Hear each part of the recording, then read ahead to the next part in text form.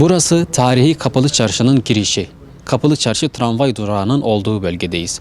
Normal zamanlarda iğne atsanız yere düşmeyecek şekilde bir yoğunluğa sahip olan bu bölgede şu anda insan bulmakta zorlanıyoruz. Çünkü koronavirüs tedbirleri sebebiyle buradaki bütün esnaf kepenk kapatmış durumda.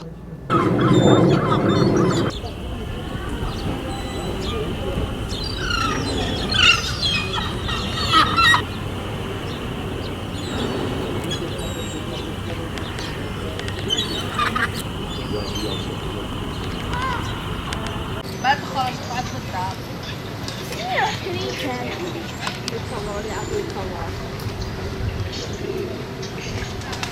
Burası tarihi Mısır Çarşısı ve Yeni Cami'nin bulunduğu Eminönü Meydanı.